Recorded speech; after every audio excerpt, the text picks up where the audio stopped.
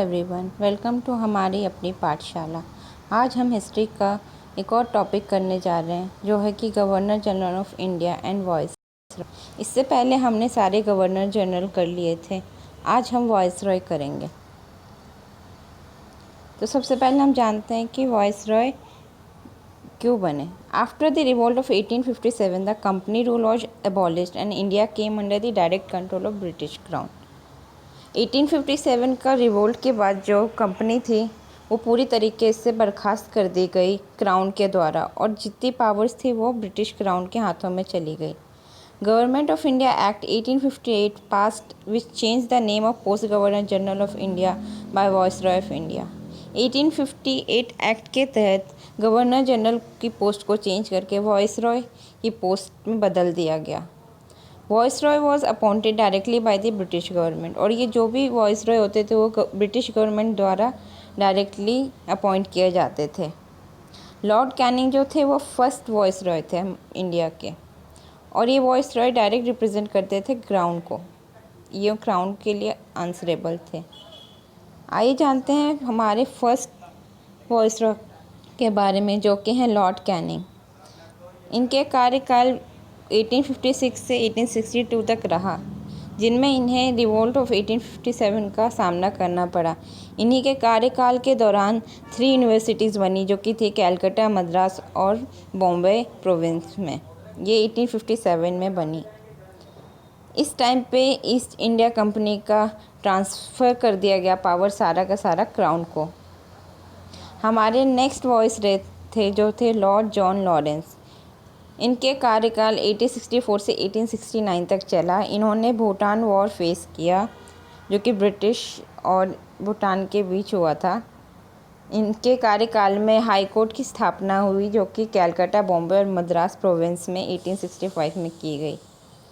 Next है हमारे Lord Liton जो कि 1876 से 1880 तक इस पोस्ट पे स्थापित रहे। इन्होंने फेमस वर्नाकुलर प्रेस एक्ट पास किया था 1878 में, और साथ साथ आर्म्स एक्ट भी पास किया था।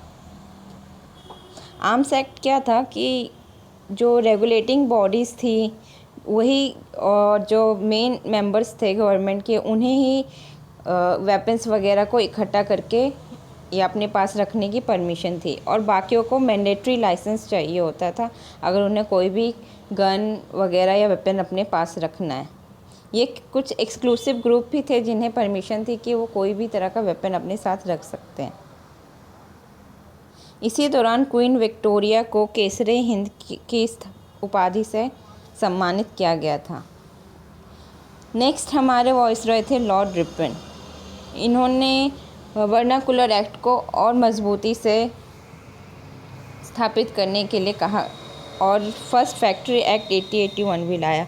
फर्स्ट फैक्ट्री एक्ट 1881 इसमें ये था कि जो भी 6 ईयर से बिलो बच्चे हैं या 7 ईयर से बिलो बच्चे हैं वो फैक्ट्री में काम नहीं करेंगे। इन्होंने government resolution of local self control भी लाया। इसके तहत जो भी पावर थी वो म्यूनसिपैलिटीज़ और पंचायत को भी देने का फैसला लिया गया। इन्हीं के दौरान में हंटर कमीशन ऑफ एजुकेशन भी आया 1882। Hunter education of commission contain करता था कि ये प्राइमरी एजुकेशन को बढ़ावा देते थे। इन्होंने एलिमेंट्री स्कूल की पावर प्राइवेट सेक्टर को दी ताकि वो इसकी इजाफा कर सके। इन्होंने सेकेंडरी स्कूल के लिए भी कुछ नियम निकाले। इन्होंने कहा कि अगर कोई भी सेकेंडरी स्कूल अपनी परफॉर्मेंस अच्छी करती है तो उन्हें ग्रांट इन एड दिया जाएगा उनकी परफॉर्मेंस के आधार पे। साथ ही साथ इन्होंने मोरल एंड फिज़िकल एजुकेशन पे भी जोर दिया था। हमारे नेक्स्ट गवर्नर हैं लॉर्ड डफरिन। लॉर्ड डफरिन के कार्यकाल के दौरान 3rd बर्मीज़ वॉर 1885 और 1886 में हुआ, और इसी दौरान इस्टेब्लिशमेंट हुई ईस्ट इंडियन नेशनल कांग्रेस की 1885 में। इन 3rd बर्मीज़ वॉर में कोनबंग डायनेस्टी जो बर्मा में थी उसका अंत हो गया। हमारे नेक्स्ट वॉइसरॉय हैं जो कि लॉर्ड लैंसडाउन, जो 1888 से 1894 तक इस पद पे रहे। इन्होंने फैक्ट्री एक्ट 1891 लाया। फैक्ट्री एक्ट 1891 कहता है कि जो भी वुमेंस थी उन्हें 11 आवर का वर्क ही दिया जाता था और उन्हें नाइट शिफ्ट की वर्क नहीं मिलती थी। इन्होंने सेटिंग ऑफ डूरेंट कमीशन, इन्होंने डूरेंट कमीशन की भी स्थापना की और साथ साथ इन्होंने इंडियन काउंसिल एक्ट 1892 भी लाया। इंडियन काउंसिल एक्ट 1892 जो था वो अमेंडमेंट्स थी हमारे प्रोविजंस की जो संख्या थी उसमें हमारे इंडियंस की मेंबरशिप को बढ़ाया गया। नेक्स्ट हमारा है लॉर्ड कर्जन, जो कि है 1899 से 1905 तक कार्य स्थित थे इस पोस्ट पे। इन्होंने अपॉइंटमेंट ऑफ पुलिस कमीशन लाया, इन्होंने यूनिवर्सिटी कमीशन की स्थापना की और साथ साथ इन्होंने पार्टीशन ऑफ बंगाल भी देखा। नेक्स्ट हमारे वॉइसरॉय हैं लॉर्ड मिंटो टू। इनका कार्यकाल था 1905 से 1910 तक। इनके कार्यकाल के दौरान स्वदेशी मूवमेंट चला, जिसमें हमने बॉयकॉट किया विदेशी वस्तुओं का, कपड़ों का, उनकी शिक्षा प्रणाली का और अपने शिक्षा प्रणाली पे और अपने कपड़ों पे जोर दिया। खादी का उस टाइम पे सबसे ज़्यादा यूज़ गांधी जी द्वारा स्वदेशी हित में ही कराया गया था। इसी दौरान सूरत स्प्लिट ऑफ कांग्रेस हुआ, जिसमें एक्सट्रीमिस्ट और मॉडरेट्स जो दो दल थे कांग्रेस के वो स्प्लिट हो गए उनकी दो अलग विचारधाराओं के द्वारा। इसी दौरान मुस्लिम लीग की स्थापना भी हुई, जो कि 1906 में हुई थी। नेक्स्ट हमारे वॉइसरॉय थे Lord Hardinge. Lord Hardinge two का पद 1910 से लेकर 1960 तक था। इस दौरान पार्टीशन ऑफ बंगाल को अनाउंसमेंट कर दी गई ऑफिशियल तौर पे 1911 में और इसी टाइम पे हमारी जो कैपिटल थी वो कलकत्ता से शिफ्ट होकर दिल्ली कर दी गई और इसी दौरान हिंदू महासभा का भी गठन हुआ। नेक्स्ट हमारे वॉइसरॉय हैं लॉर्ड क्लेम्सफोर्ड। ये 1916 से 1921 तक इस पोस्ट पे रहे। इन्हीं के दौरान फेमस लखनऊ पैक्ट आया। लखनऊ पैक्ट था कि आईएनसी और मुस्लिम लीग एग्री हो गए थे एक जॉइंट सेशन के लिए और इन्होंने इन सेशन एक आउटकम ये निकाला कि जो भी उनके माइनॉरिटीज़ हैं वो रिप्रेजेंट करेंगे लेजिस्लेटिव असेंबली में। नेक्स्ट है मॉन्टेग अगस्त डिक्लेरेशन। मॉन्टेग अगस्त डिक्लेरेशन भी बता रहा है कि increase participation of Indian in administration, कि जो भी एडमिनिस्ट्रेशन अंग्रेज़ों का था उसमें उसकी इंडियंस की जो नंबर है वो इंक्रीज़ कर दी जाएगी। देन हमारा आता है द रॉलेट एक्ट 1919 में। इस एक्ट को ब्लैक एक्ट भी कहा जाता है और माफ़ करिएगा मैंने इस पिछले वर्नाकुलर एक्ट को ब्लैक एक्ट कह दिया था, पर ये द रॉलेट एक्ट को ब्लैक एक्ट कहा जाता है क्योंकि इसमें जो भी हमारे नेता थे उन्हें बिना किसी स्टेटमेंट के या बिना किसी प्रूफ के सिर्फ शक के आधार पे ज़बरदस्ती जेल में बंद कर दिया गया था। और इसी अगेंस्ट में जो भी हमारे किसान थे बैसाखी के दिन उन्होंने जलियांवाला बाग में प्रदर्शन किया और वहाँ पे जलियांवाला बाग मैसेकर हुआ 1919 में, जिस दौरान जनरल डायर ने पूरी भीड़ पे अपने सैनिकों के साथ मिलके बंदूक चला दी थी। नेक्स्ट हमारा है launch of non cooperation movement and खिलाफत मूवमेंट। इसी दौरान नॉन कॉपरेशन और खिलाफत मूवमेंट गांधी जी द्वारा और जिन्ना द्वारा चलाया जा रहा था। नेक्स्ट है हमारे लॉर्ड रीडिंग। लॉर्ड रीडिंग का कार्यकाल 1928 से 1926 तक था। इस दौरान चौरी चौरा इंसिडेंट हुआ लखनऊ में, जिसमें जो भीड़ थी उन्होंने पुलिस स्टेशन में आग लगा दी थी। नेक्स्ट है withdrawal of non cooperation movement और इसी चौरी चौरा इंसिडेंट्स के चलते गांधी जी ने नॉन कॉपरेशन मूवमेंट को विड्रॉ कर दिया था। इसी दौरान 1922 में स्वराज पार्टी की स्थापना हुई और काकोरी ट्रेन रॉबरी हुई, ये गोरखपुर में हुई थी। नेक्स्ट है लॉर्ड इरविन। लॉर्ड इरविन ने के कार्यकाल 1926 से 1931 तक चला। इस दौरान साइमन कमीशन आया। साइमन कमीशन हमारे संविधान सुधार के लिए एक प्रस्तावना थी जिसे साइमन ने हेड किया था और उन्हीं के नाम पे इसका नाम रखा गया। Harcourt Butler Indian States Commission भी इसी दौरान आया। इसमें बताया गया था कि जो भी वॉइस रॉय हैं वो डायरेक्ट रिप्रेजेंट करेंगे क्राउन को और उन्हीं को आंसरेबल रहेंगे। नेहरू रिपोर्ट भी 1928 इन्हीं के दौरान आई। गांधी जी द्वारा दांडी मार्च स्टार्ट किया गया और सिविल डिसोबीडियंस मूवमेंट भी 1930 में ही किया गया। इसी दौरान फर्स्ट राउंड टेबल कॉन्फ्रेंस हुई जो कि kings George and British PM Ramsay MacDonald के बीच हुई थी और इसी दौरान गांधी इरविन पैक्ट समझौता भी हुआ था। नेक्स्ट है लॉर्ड विलिंगडन। इनका कार्यकाल 1931 से 1936 तक चला। इनके दौरान कम्युनल अवार्ड 1932 की स्थापना हुई और second and third round table conference हुआ।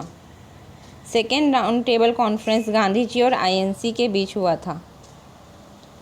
पूना पैक्ट 1932 भी इसी दौरान हुआ था जिसमें गांधी जी और ये बी.आर. अम्बेडकर के बीच हुआ, जिसमें बी.आर. अम्बेडकर ने जो भी हमारे लोअर कास्ट या माइनॉरिटीज़ हैं उनको रिजर्वेशन देने की मांग की थी। और इसी दौरान हमारा गवर्नमेंट ऑफ इंडिया एक्ट 1935 भी आया। नेक्स्ट है लॉर्ड लिटिलग्रो। इनका कार्यकाल 1936 से 1944 तक रहा। इस दौरान Lahore resolution of Muslim league हुआ जिसमें स्टेट सेपरेट हो गए डिमांड ऑफ मुस्लिम। इसी दौरान फेमस अगस्त ऑफर आया। अगस्त ऑफर ये था कि जो भी इंडियंस हैं उन्हें उनकी आज़ादी मिले, उन्हें उनका राइट मिले अपना कॉन्स्टिट्यूशन खुद फॉर्म करने का। और इसी दौरान सुभाष चंद्र बोस ने इंडियन नेशनल आर्मी की स्थापना भी की।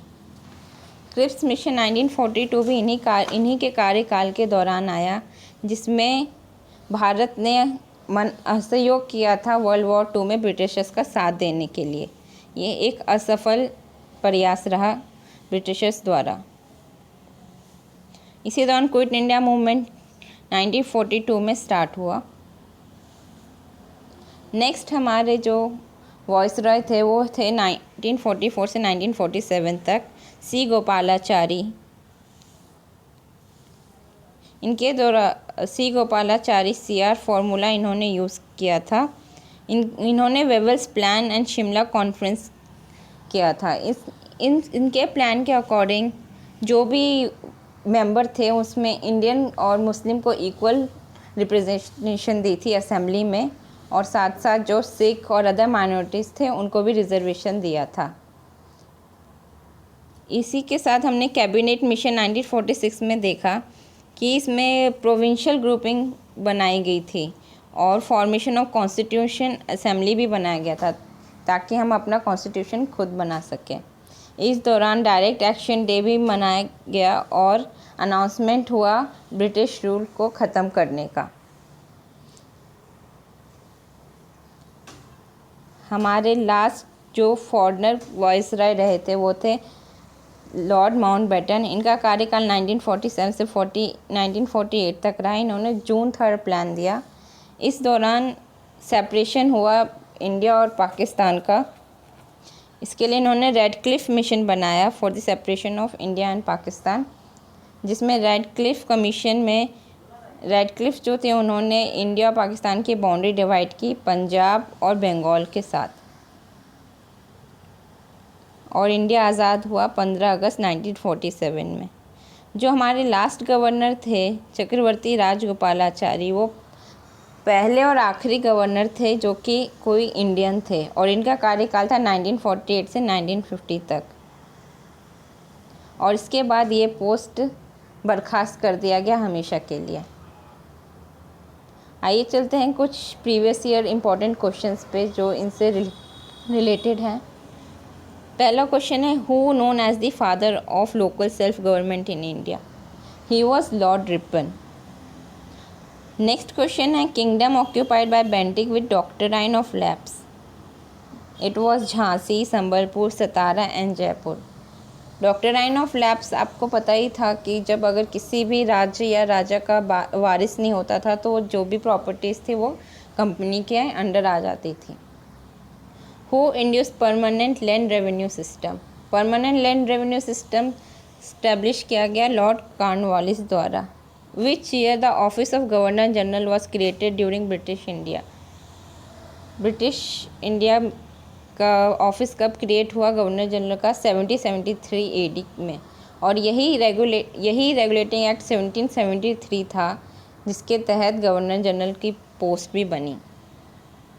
नेक्स्ट क्वेश्चन है the English was made the official language of India under the region of which governor general? He was Lord William Bentinck. इन्हीं के कार्यकाल के दौरान इंग्लिश को ऑफिशियल लैंग्वेज माना गया इंडिया का। नेक्स्ट क्वेश्चन है who is known as Babar of British India? Babar of British India किन्हें कहा जाता था? रॉबर्ट क्लाइव को। Who is known as Akbar of British India? British India का अकबर किसे कहा जाता था? रिजली को। नेक्स्ट क्वेश्चन है which viceroy started first census in India? ये मोस्ट इम्पॉर्टेंट क्वेश्चन है, लगभग हर एग्ज़ाम में आया ही होता है। ये फर्स्ट सेंसस इंडिया में स्टार्ट किया गया था लॉर्ड मायो द्वारा। नेक्स्ट क्वेश्चन है during which governor general Indian national Congress form? Indian national Congress कब बनी थी? 1885 में। किसके कार्यकाल के दौरान? लॉर्ड लैंडस्टोन के कार्यकाल के दौरान। Which viceroy pass Indian coinage and paper currency act? 1899। किन वाइसरॉय द्वारा Indian coinage and paper currency act 1899 pass किया गया? लॉर्ड कर्जन द्वारा। तो ये थे कुछ important viceroy and governor general of India. I hope आपको अच्छा लगा होगा। Thank you for watching.